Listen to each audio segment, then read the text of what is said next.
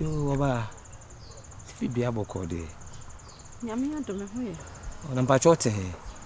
Bibi amete de bra mpacho ho hia sese. Oh. We de nya bone me ko enwura mu na se me yam ha me kakra.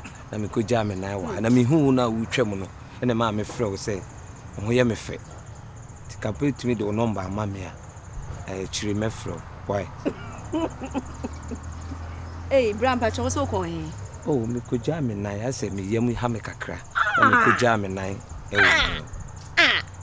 Enti bra, enye ofawie krampo se wo hu oba bi se ya. Eniema agege wo so eje chaka wonani a oba. Wachi na gina ho a obi a wo kogya wo nan e wo bush. Eye normal. Dia na ye normal.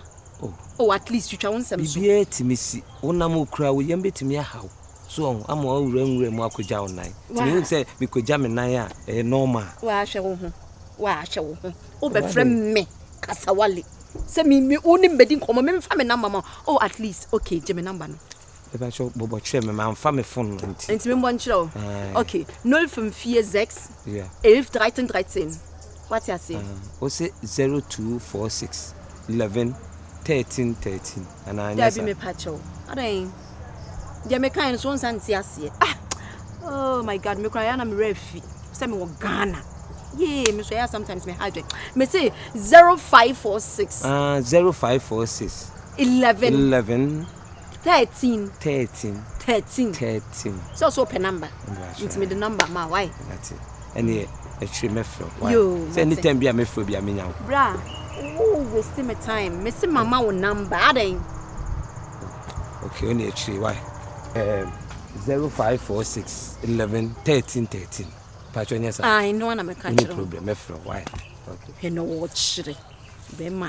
O ne wo bushi. O be frem me Kasawale. No zigebo no ho. Ai, mama.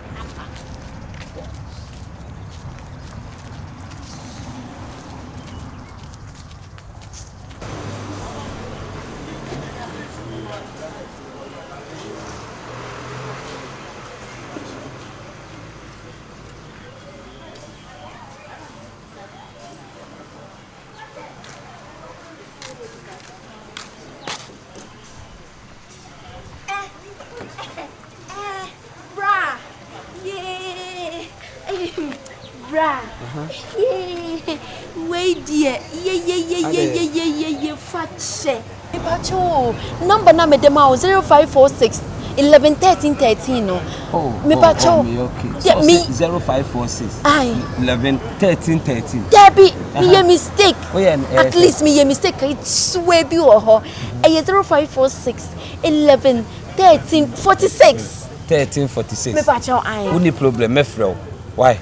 Pacho naka mama trauma. Debbie me okay. Why? Who say? Mama ka sam tro. Number no kra wo de mama kra na wo hwɛ my parents kra me di jan say number no de mama ya say won fa mama to me you okay. Why obapa? Why? You okay? Fatche me. Un say ewia we me nam so madwe me she. Ay normal at least. Okay, danke schön.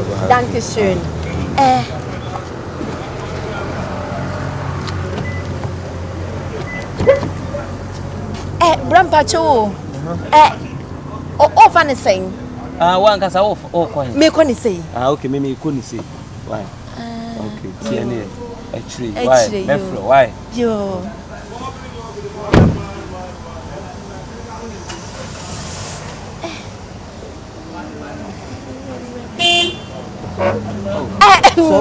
Yo, mate ka fra. At least yo mate nie. Ramacha ya no afro. Yo, at least.